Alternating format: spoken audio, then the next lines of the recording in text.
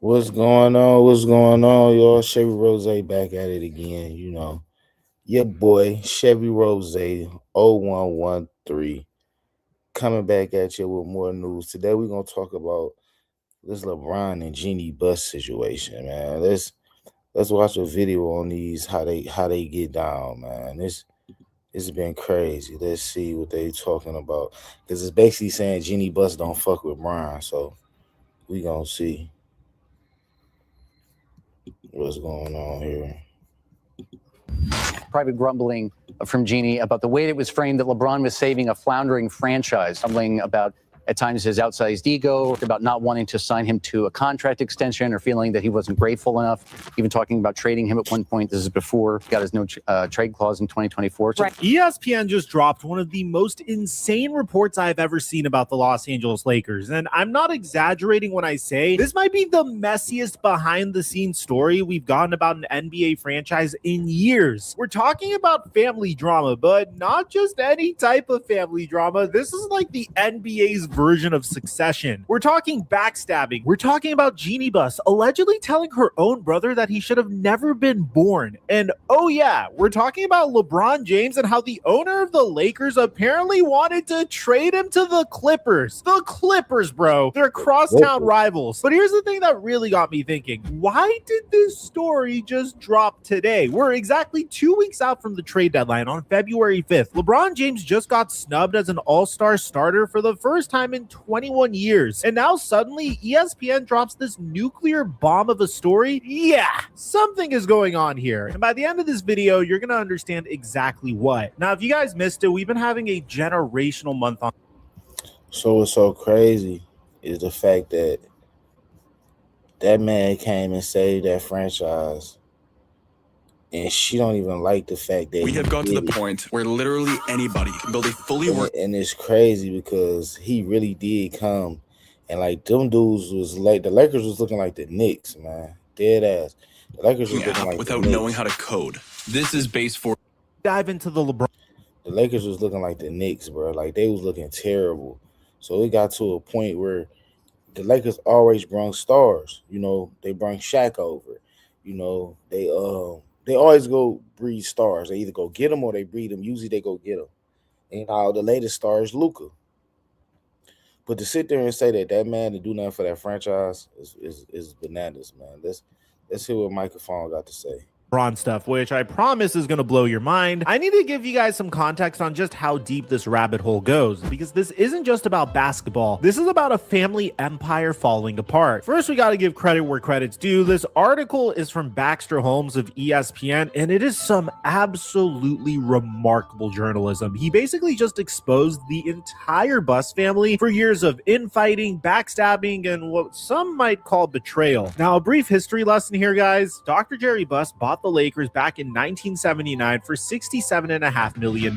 And his dream, his legacy, was to keep this team in the Buss family for generations. He literally asked his kids before he died in 2013 whether they wanted to sell. And you know what they all said? They said if they had that kind of money, they would just buy the Lakers. That's how much this franchise meant to them. You fast forward to last year, the Lakers sold for $10 billion to Mark Walter. This is the man who currently owns the Los Angeles Dodgers. Jerry Buss is probably rolling in his grave right now, but here's where it gets really messy. You see, Jerry Buss had 6 kids. The 4 oldest are Johnny, Jim, Jeannie, and Janie. Then there's a big age gap, and you got the 2 younger half-brothers, Joey and Jesse. We're talking almost 30 years between the oldest and the youngest. When Jerry died in 2013, Jeannie became the controlling owner, and according to this ESPN report, sources say that Jerry Buss was basically the glue that was holding a broken family together, because once he was gone, it got really ugly. In 2017, Jeannie fired her own brother Jim as president of basketball operations. Jim and Johnny tried to fight back with lawyers and get her removed. Jeannie won that battle and consolidated her power. But here's where it gets really dark. In 2019, after a news conference for Anthony Davis, Jesse...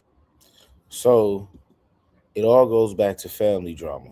There was 4 older brothers. And a sister. Or 2 sisters, 2 brothers, which is Jeannie and her older 2. But then Dr. Buss turned around and had 2 more younger kids by somebody else who they inherited the family thing. So one of the reasons the Lakers can't win is because they too much infighting. It's like a family business. It's like the bad thing about when you own a family business and you got a lot of siblings. Everybody feels entitled to it, but they ain't even kicking yet. Wait till you hear this. He called Jeannie to ask about something Rob Pelinka said, and the conversation apparently took a very disturbing turn. You see, Jeannie had recently learned that her parents had made a promise that Jerry wouldn't have any more kids after their fourth child together. But then Jerry had Joey and Jesse with another woman in the mid-80s, and according to multiple sources close to the family, Jeannie looked at her brother Jesse and told him, "You should have never been born." Bro, I don't care what the backstory is, that's your brother. That's your own flesh and blood. And according to this report, that moment was, quote, the beginning of the end. One person on the team who became aware of the remarks said, "It's mind-blowing that she would say that. I don't care who you are, you don't say that to somebody else." And it didn't stop there. When the sale to Mark Walter went through last October, Jeannie fired everyone. All her siblings got let go from their positions with the team. Joey and Jesse got fired in November, just weeks into the season, while the Lakers were 11-4. Jim, Johnny, Janie are all gone. The only bus still working for the Lakers is Jeannie. And that brings us to the part you guys really want to hear about: LeBron James. According to this ESPN report, hey, I don't care what you say, Jeannie cutthroat as hell. Like, cutthroat as hell. How you fire all your peoples? You don't get nobody a shot. You just say fucking, huh? That's crazy, bro. That's crazy. That's why I say that family shit is something different.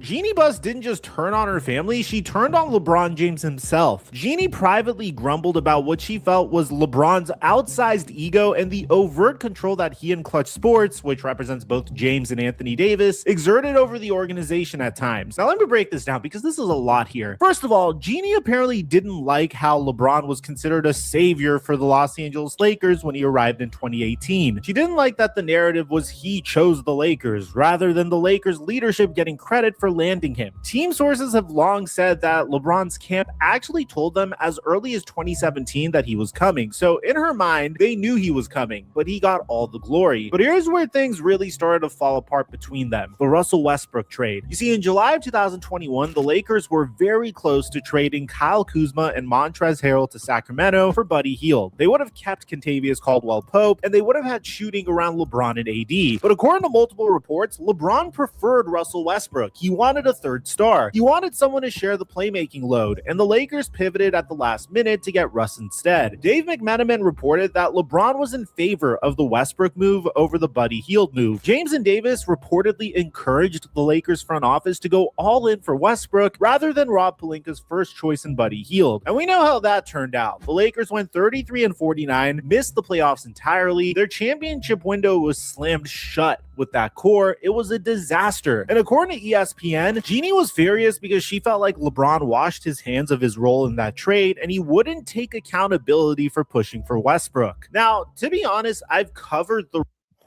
Now, I'm going to say this. That was horrible. You should have never... LeBron and Westbrook should never be on the same team. Hell, they should never be in the same locker room. Their game's too similar. Like, Luka and LeBron can figure it out because Luka can shoot. See, that's the thing. Luka and LeBron can figure it out because Luka can shoot. You can spread the floor. You can let one go to work, you know what I'm saying, while the other one dive, cut, whatever. But when you got Westbrook who can't shoot, and then you got LeBron who's a streaky shooter, there's no way in hell that shit gonna work, bro. Russell Westbrook story ad nauseum, and I myself have noticed that at first the blame was placed on LeBron James, and later on the narrative shifted and the blame was placed on Rob Pelinka. Now, here's the crazy part. In 2022, after the Westbrook disaster, multiple people told ESPN that Jeannie privately mused about not giving LeBron James an extension. And get this, she even floated the idea of trading him to the Clippers. Bro, imagine LeBron James in a Clippers jersey playing against the Lakers in LA. The basketball world would have absolutely exploded. Sports Illustrated reported that while musing about a trade doesn't mean it came anywhere close to fruition, it's still bonkers to even think about. A team trading LeBron James of their own volition is crazy enough. James was not quite at the peak of his powers in 2022, but he still was a top 10 player at the very worst. Yeah, that right there, that don't read at all. my final opinion on it, my final opinion on it is that it's a lot of infighting. I don't think Brown want to be a part of that, but I think LeBron is a Capricorn and he's from Northeast Ohio. So he want his attention. He want his credit. He want his credit when his credit is due. So my opinion on it, I feel like, you sold the team because one, y'all was money hungry. I'm talking about the family. Two, that y'all know what the fuck y'all was doing. Three, y'all was gonna drive the Lakers right down back to the basement. So you sold it to the guy that owned the Dodgers. If you know anything about the LA Dodgers, bro, they've been winning championships the last 2-3 years, or been going to the World Series the last 4 or 5 years. So at the end of the day, I feel like Brown is not going to be there no longer. I feel like, Brown is my guy, but wherever he go, he do wreak a little havoc. You know what I'm saying? But it usually ends in the championship, so you kind of never mind it. You know what I mean? But yeah, I don't know. I don't see it. I don't see it. But on the other news, Browns picked a new head coach, and I want to say I don't know how I feel about this. I just don't know how I feel about this right here. I don't know. I don't know how I feel about it. I'm gonna be honest. I don't know how I feel about it. I really don't. I don't know how I feel about it. Well, this is a surprise. The Cleveland Browns have landed on Todd Monken as their next head coach. Let's break down this hire. This hire is a massive surprise. Nate Scheelhaase and Jim Schwartz, their current defensive coordinator and the Rams passing game coordinator, respectively, were seen as the leaders for this job. They kind of go out of left field picking Todd Monken. And B, it's not a move I like at all. To be honest with you, Monken's track record in Baltimore looks okay statistically, but they've also taken steps back each season, although you can attribute a lot of that to injury this year. But what you can't discredit is his wild usage of one of his best offensive weapons, Derrick Henry, in some of the biggest moments. His play calling has just been questionable. And then you look back to his Browns tenure, the time that he spent in Cleveland in the past in 2019 as their offensive coordinator under Freddie Kitchens. And See, I didn't even know he was here before. And he was under Freddie Kitchens. See, I ain't like Freddie Kitchens. I think we should have kept Greg Williams. I think Greg Williams would have been a dope head coach. I think he would have been here for a long time. And I think Greg Williams ain't take no shit. But the thing about the Cleveland Browns is we a dumpster fire when it comes to ownership, no matter who's at the helm. Jimmy Haslam, he wants to be Jerry Jones. So he wants to control. He wants to run the GM. He wants to hand pick. He wants to do all this other shit. And I don't really care for it. I'm not even gonna lie. You can't hire good coaches when you say I'm gonna pick your staff for you. How can you say I'm gonna hire your coaching staff? That ain't how that works. It's not how that works. So I don't know. I'm not feeling this, but back to the story. year that had a ton of hype coming into it with year two Baker, Nick Chubb entering his second season, Odell coming over in this offense with Jarvis Landry, and they ranked 22nd in the league in scoring. Baker took an enormous step back statistically, and the team went 6-11. I think they made this hire to try to do what they can to support Shedeur Sanders, which isn't a philosophy that I can't get behind, but I think you would have made a better move to do that by hiring Nate Scheelhaase. Get somebody that can grow with Shedeur. Get somebody who's a... I don't agree with the Shieldhouse hire. I definitely agree with hiring Schwartz. I feel like you should hire Schwartz. I feel like Schwartz already knows the players. He knows the locker room. He already has the locker room. I feel like that would have been a safe bet. I feel like he understands what's going on with Shedeur. And I feel like he's man enough to, if he needs help, he can do it. See, what I didn't like about Kevin Stefanski was when Kevin Stefanski got in trouble, he didn't ask for help. He was like, I'm a man. I'm going to stay in it. That shit weird. Look at our record. Little bit fresher, take a bigger risk here on a bigger, better name, in my opinion. You don't have a lot to lose, and hiring Todd Monken feels excessively conservative for this franchise. Well, this is a surprise. The Cleveland Browns have landed on Todd Monken. So yeah, I'm not really feeling that. I'm not gonna hold you. I'm not really feeling that at all. I just think that we could have did better with that trade. I don't know, man. I just feel like we could have did a lot better. But not that trade with that hiring event. But at the end of the day, it is what it is. I'm still gonna be a Browns fan to the end. So um, it just is what it is. But like I agree with Shay Shay and Ocho. That Browns game, that Browns job stink. Fucking stinks. I wouldn't want that shit. You're not about to sit up here and pick who my motherfucking, you know what I'm saying? Pick who my motherfucking assistant coach is gonna be and all that. Like we not doing that. We not doing that at all. But whatever.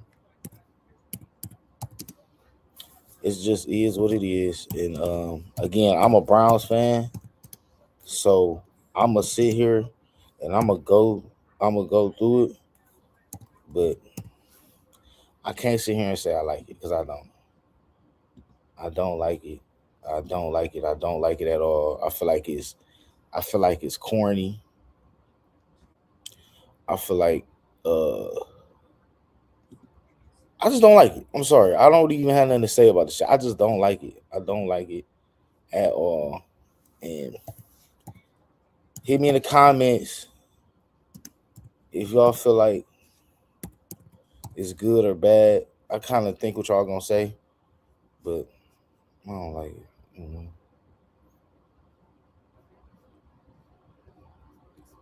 I'm still gonna be a Browns fan though. Like I'm still gonna do it. I got the Browns tatted on me, so I ain't gonna sit here and even cap about it. I got the Browns tatted on me, so you already know how I feel. You already know how I feel about it. But they're trying to make a big splash by going to this new arena. Um, they're not Cleveland Browns anymore. They're the Book Park Browns. So they trying to make a big splash. But like I said, I ain't trying to hear that shit. I ain't trying to hear that shit at all, bro. Like Todd Monken. It's like I should have did this. Todd Monken and through my headphones. But I don't care like that, but I do care like that because I'm really tired of being a joke, y'all. Like I want to win. I'm a Cleveland fan that wants to win. I want to win. That's it. I want to win. I'm from Ohio. We don't win a lot. The best thing we got going is the Buckeyes. You know what I'm saying? The fucking Indians, they go to the playoffs every year. They don't do shit. Fucking Browns, we just talking about them. Cavs, they already thinking about letting LeBron come back. The Cavs already want LeBron to come back. So that right there tell you where we at. You know what I'm saying? So I don't know, bro. I don't know. I don't know. Don't give me in my rant. I ain't trying to go viral today. You know what I'm saying? Because it'd be bullshit. And I'll tell you another thing. Why I ain't hired Coach Prime? I'd have took Dion. You know what I'm saying? I'd have took Dion. I would have definitely took Dion. Oh, y'all, I want to show y'all that. Hold on. Y'all see that? Y'all see that? Y'all see that? What that say? What that say? Rose. But yeah, um, I definitely would have took Prime over. I definitely would have took Prime over Monken and whoever else we had going. But that's just me though. That's just me. You know what I'm saying? Hit me in the comments. Hit me on Instagram. Face no case no 30. To let me know how y'all feel. Cause I ain't feeling it. I ain't gonna hold you. My Instagram is at the bottom of the screen. Make sure y'all tap in with the Instagram. Make sure y'all tap in with the YouTube. Um, yeah, man. I want to keep pushing. But these goddamn Browns gonna drive me crazy, y'all. Oh my god. But on to another news. We got the Gucci and Pooh. Some people saying it's true. Some people saying it's not. I'm like, I don't think Gucci got robbed. I'm gonna tell you what I think. Before we go into the story, I think Gucci flew down to Dallas. I think that's what happened at Dallas. I think Gucci flew down to Dallas trying to get his biggest star, Pooh Shiesty, to come back to 1017. Pooh and Gucci had words, or they might have had a heated argument, a heated conversation. They're two men. Pooh not feeling how Gucci handled the big scar situation. I think Gucci and Pooh was figuring it out, but I think you had some people in the background that was like, no, fuck that. We ain't trying to hear none of that shit. You played us. Woo, woo. And I feel like, once Pooh either got up out of there or Pooh might have left, some people still felt some type of way. And they tried to run up on Gucci. I don't really think Gucci no bitch. Gucci 6'4", 6'3". I don't think Gucci no bitch. You know what I'm saying? I don't think Gucci no bitch. Even if niggas, what my niggas say, what my nigga, what my nigga Shaq Lee say, my nigga say, Chain hit the flow, broke boys had a fucking scrimmage. So that's probably what happened. Chain hit the flow, broke boys had a scrimmage. And there we go. But let's see what Tasha K think about this. I tweeted 3 days ago, yes, allegedly, Gucci Mane was kidnapped, by Pooh Shiesty, and was held at GUNPOINT until he signed a contract releasing him from his Death Row Records 2.0 situation. The reason I call Gucci Mane's label Death Row Records 2.0 situation is because every single one of the artists on the label are, drug addicts and they end up, passing away, and they collect a lot of insurance money from it. Yeah. I know recently he was dropped by, his label was dropped by Atlantic Records, if I'm not mistaken. So he had to drop the artist, but the artist had already dropped off the face of the earth. So there was no reason to dropping him. And apparently one of Pooh Shiesty's cousins was signed to Gucci, and the cousin the cousin died. Okay. I don't know the cousin's name, but Gucci and his wife allegedly only sent $10,000 to the funeral to cover the funeral of Pooh Shiesty's cousin, and who was an artist of Gucci Mane, and they kept the insurance money that they allegedly had on the artist. This is where it gets thick. Oh, I tweeted 3 days ago, yes, allegedly. I didn't know that. Now, hold on, run that back. I didn't know that. I did not know that. I'm over here making up a shit. She threw me off. Hold on. I didn't know that. I didn't know that. She said that Gucci and them signed artists, knowing that they in bad situations, knowing they in bad or about to go to jail or whatever, and then take the contract. I ain't know that. Now that could be a reason why they took off on Gucci. Now I can see that. But my thing is, damn, Gucci went down there with no security, or do you have security and niggas just went on it like that? Like which one was it? Because I don't know. That right there sounds crazy to me. That sounds crazy to me. I don't know. I hope Gucci ain't doing some shit like that. I hope Gucci ain't doing no shit like that. I promise I hope Gucci ain't doing no shit like that. Because if he is, but then again, that's the label. That's the label. That's how labels play their head. Like, we're gonna get you for everything. We're gonna get you coming. We're gonna get you going. You know what I'm saying? We're gonna get you coming, we're gonna get you going. I'm trying to see who else been talking about it. Let's see who they talk about. For a while. The same place unless they had arranged a meeting. Here's the thing too. I feel like personally that things have been probably pretty bad with Pooh Shiesty and Gucci Mane for a little while. Who is in Dallas, right? Who's in Dallas? So it's like why would they have even been in the same place unless they had arranged a meeting? Here's the thing too. I feel like personally that things have been probably pretty bad with Pooh Shiesty and Gucci Mane for a little while. When you listen to the FDO song that Pooh Shiesty put out, he's shouting out FDO. Anybody who fucks with Gucci Mane, it seems to me you do not fuck with Yo Gotti. Like, these lines have been drawn in the sand. If you're signed to Gucci Mane, you are not showing Yo Gotti love, because Pooh Shiesty is like the king of Memphis right now in terms of like not up and coming, but like hot young rappers. He's basically the whole deal, and he's also the one rapper that didn't pick a side between CMG and Paper Route, and as a result, you can imagine that, Yo Gotti probably on his line, like trying to do something for him, especially since Gucci seems like he's at an all-time low in terms of interest in promoting new artists or pushing the label side of 1017. Okay, first of all, he dropped everybody besides Pooh and Fujiato. First of all, Gucci did his part, did he not? When he signed him, gave him a bag, gave him the push. Pooh took 3 years from him, did he not?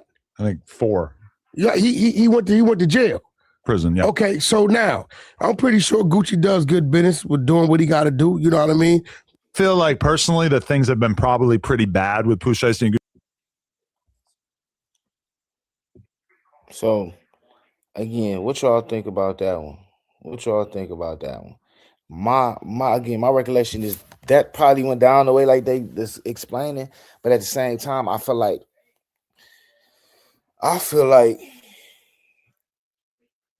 Pooh probably still felt some way about Big Scar.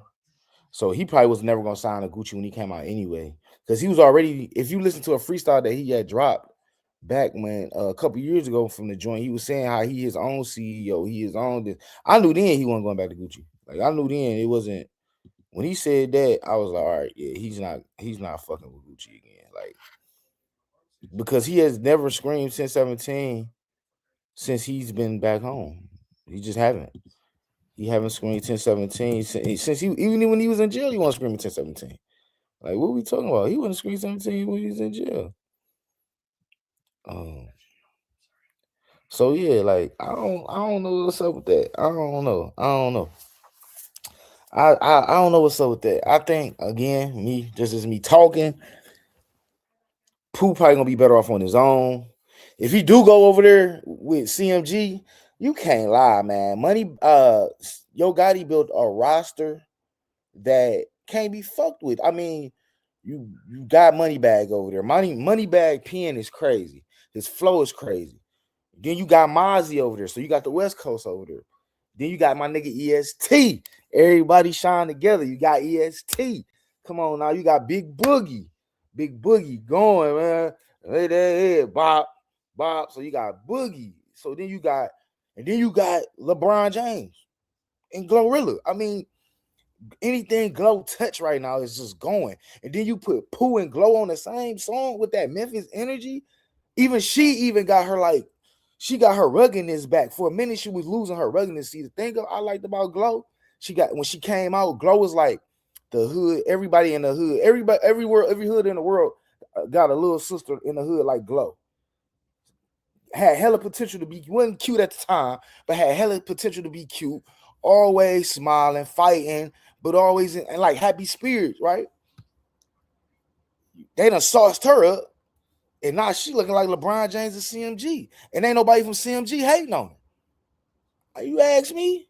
Yo Gotti winning. I'm sorry. Yo Gotti winning. You know what I'm saying? He took the business route. Even with the and people that know me know that I backed off of Gotti a lot when he was beefing with Dolph. See, I used to fuck with Dolph. I fuck with Gotti a lot. But when he started beefing with Dolph, I didn't like that. When they started going at each other, I didn't like that. I feel like somebody should have got in between them. But I guess people tried and it just didn't work. But that's another story for another time. I think if Pooh over there with CMG, even if CMG managed him, you got to remember CMG got that Rock Nation behind him. You got Rock Nation behind you. You got Big Hove behind you. So, you know, it is what it is, man. You know, it is what it is. I feel like, you know, that's what it is. On to the next topic. So we're gonna move on to this next topic. I want to know how y'all feel about this, man. Do y'all think what my banner say? My banner say what? My banner say, are these women worth the drama that they put us in? Are they worth it? You know, some men will say, yeah, I'll go through hell and high water for my own. But then you got women who only fucking with niggas to get paid. That's been happening like that since the beginning of the time. I mean, the first profession in the world was prostitution. You know what I'm saying? And then they saying when the world ending, it goes in reverse. So what these hoes doing? Everybody selling kuwa. Everybody selling kuwa, but whether they financing it or putting it on Apple Pay, they selling WAP. You know what I'm saying? And ain't nothing wrong with it, because me personally, I'd rather pay for you to deal with you. Hey, somebody said something, I'd rather, even when it's free, it still ain't cheap. I still rather pay. So let's see what we got my dog Anton on. We're gonna see what he talking about. These men that can't be there when you need someone. Prime example. I already went through this. I already know this, right? But I'm gonna give you an example because today was definitely an eye opener. So over the weekend, my car got stolen. I found out this morning. Today is Sunday. Probably her ex. I didn't leave out yesterday. The last time I was in my car was Friday. I think I parked it at 4:30 p.m. before traffic. Because y'all know I don't like to be out like that. All right, hold on. Anyway. This already sound like some bullshit. You parked there at 4:30. It sound like you talking to the police already. You already sound like an insurance scam. But let's hear more. His car was stolen. Called the police this morning. You know, calling insurance and stuff like that. I only talked to 2 people about this situation. One person I call, my friend. He always got my back. He there for me. He's old school. Like, you don't. He tapping. Hey, listen. Anytime the chick got a friend that's always pull up no matter what nigga she fucking with, was she married or not, bro, he either done tapped them cheeks before or he's still tapping them cheeks or the door's still open for him to tap them cheeks. King, stay woke, man. Stop falling for it. If you see Mr. Johnson keep coming around that corner, man, he done got some sugar from your girl. Whether it's and it ain't always got to be in the form of pussy. She can be grabbing a nigga dick every once in a while. Shit, you would be surprised what some of these niggas do for attention. He's a man. He's one of them old school men where it's like he gonna take the initiative. Mr. Johnson. If there's a problem, he has a solution. I called him today to like ask for money or anything like that, but I'm just like, you will not believe what the fuck happened. At the end of the phone call, you know, after I vented and then after because I had some questions about insurance and stuff like that. After, he was like, well, I'm gonna send you some money to help with the rental car. I was like, oh, you don't have to. You know, I didn't call for no money. You know, I just wanted to talk about it. He was like, yeah, I know, but I just want to try to help out. You know, this is tough. Especially I had been crying, y'all. This other dude that I had been talking to, he was just no help. Let's just stop it there before we continue on this story, and I will share the rest of the story. Let's just stop it there. Let me ask y'all a question, right? First question. If this other guy, because she said that she only talked to 2 people. First of all, if the dude that's busting you down, which I'm assuming that that's the second dude, why didn't you call him first? And how is he getting the best of you? But then the other guy who's friend zoned is the one that then has to be responsible for you. You speak so well, so highly of him. He's a man's man. He does this, he does that. He's so great, right? He's an awesome person, and I don't doubt that he is. I don't doubt that he is, not even a little bit. But why is he the first person that you call, but not the first person that you in the bed with? Oh, I am under the suspicion that the men that are in the friend zone, the ones that get used the most, never, ever, ever get the best of her. Ever. So look, all right. So look, I got a thing about that. I got experience with that, right? Right. Let me finish figuring this out. So I got a thing about that. He just said like, yo, whoever don't ever get the coochie, right? Ain't wrong, because some of these niggas will wait and wait and wait and watch that girl go through dick after dick after dick after dick, just the way they turn. And he happy he got her. Like, it's like a pick-me ass nigga, bro. Like, they'll do a story time. They'll give him all the accolades. They'll give him all of the praise and all of this stuff. He's sending money. He basically simping out for a chick that another dude is busting down while she's sitting here complaining about him on a story time. Why don't y'all get with the guy that actually cares about y'all? I mean, there's other questions to ask, like, why are you calling on a man if you independent in the first place? What happened to your family and friends? It seems like you would be calling on your husband. So if you're letting a dude bust you down, then you should probably marry him first. But apparently you don't seem as marriage material. So why are you sleeping with him in the first place, right? There's so many questions, and I do want to get towards the end of the video. There's so many questions that we have to ask ourselves. But then I'm wondering, do women ask themselves this also, or are they just out here busting it down for a real one? Because if you saying, hey, don't let him hit it anymore, you already gave it to him. It's too late. I don't doubt that the guy, and again, we're gonna get to the rest of the video. I don't doubt that the other guy probably care, but he probably not all the way there yet, or he probably trying to figure it out, or he got some other things going on in his life. So right now I'm live on my Twitch. I just opened up my Twitch, y'all. So I'm live on Twitch. We doing it. So I'm gonna take the headphones off. We live on Twitch. We doing our thing right now. Chevy Rose back on Twitch. I'm on Twitch. I've never been on Twitch. I'm not, so I'm saying I'm back on Twitch, and I'm not back on Twitch. I'm doing a little too much at one time right now, but it's going right now. So let's see what's going on. If maybe life is life, and so now you projecting onto him because of your circumstance and because he's not necessarily there for you immediately. Now you feeling some type of way, and next thing you know, you cut your phone on, you start doing story time. I think that women that do story times and start telling all of their personal business are the ultimate red flags going forward anyway.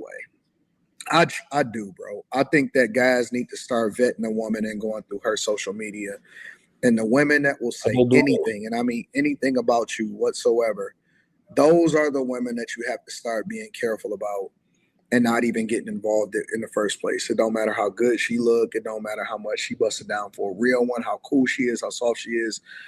They're all chameleons. And if you don't protect yourself first by being a first line of defense and vetting effectively, and if you find yourself in a situation where a girl is doing a story time, and even if she don't say your name, she's projecting how she feels about you.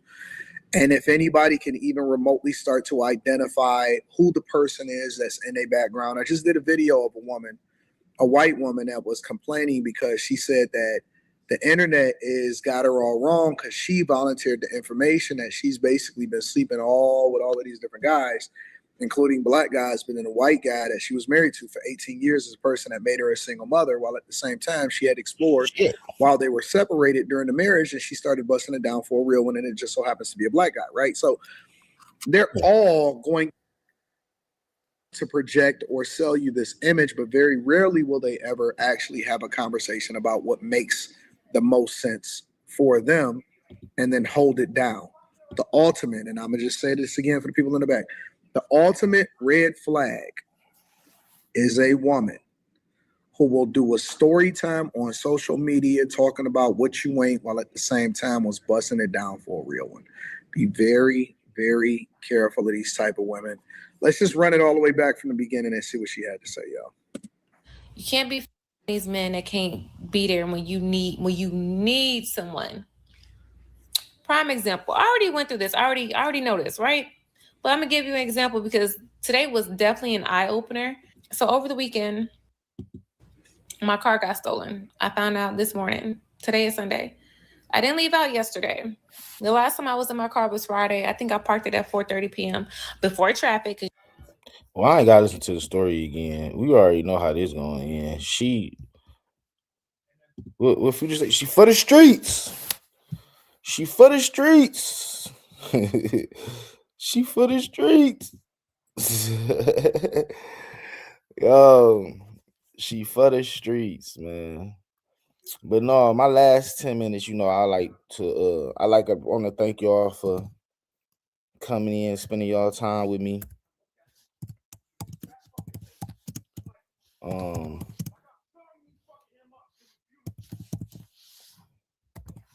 Thank y'all for spending y'all time with me. I'm spelling talk wrong. I appreciate y'all, and I just want to have this, I want to end this off. I want to end this video off with some words, especially for guys, anybody facing depression, anybody facing mental health, all jokes aside, you're not alone, bro. I don't care how cool you are, I don't care how many swaggy you are, I don't care how many girls you got, I don't care how many cars you got, how many times you've been shot. I don't give a fuck about none of that, bro. You ain't never too cool to deny this depression shit, bro. At the end of the day, this shit real. And it's a lot of things out here to be depressed about. That don't mean that you go out here and you follow that. You know what I mean? You go be in that. So I just want to say, you're not alone, bro. I had an episode yesterday that kind of bled into today. And it's been ever since I've been out of my marriage, it's happened a lot less because I'm a lot less stressed. But some days it's hard for me to get out of bed. Some days it's hard for me to get motivated. Some days it's just hard. And, I think it developed back when my father had passed. And then it's been a domino effect ever since then to try to either stay focused, to try to get some sleep, to try to but then you want to talk to people, but then you don't want to put too many people in your business and things like that. So I just want to say to all my men, black, white, green, yellow, you're not alone, man. You're not alone in this world of depression. You're not alone. But I will say this, bro. Keep your chin up. Keep your chest out because your family needs you here. Your kids need you here. Your mother needs you here. Your cousins need you here. Your aunties. Like, we need you here in this world, bro. So whoever needs to hear this, we need you here. Stay strong, bro. Put that bottle down. Put that blunt down. Put that needle down. Pray to God, bro. Get on your knees. Pray to God, bro, because he's real. He's real and he will get there. And I'm not the most religious guy. I'm more spiritual than I am religious. I'm not the guy that's gonna be in church. And I grew up in church, but I'm not the guy that's gonna be in church. I'm not that guy, okay? But I do believe in God. I do believe God helps. I do believe God will do anything you ask him to within reason. So I say, you're not alone. You're not alone. Man, we need you. One of the highest rates of suicide is as men. We killing ourselves like hell, like we can't handle this shit. And we got to do better. We got to do better. I just want to say Chevy Rose 0113, tap in with me. I'm live on YouTube. I just opened my Twitch page. Follow my Instagram, Face No, Case No 30. Yeah, follow my IG, follow my Instagram. I just want to tell you love, peace, blessings. We out this bitch.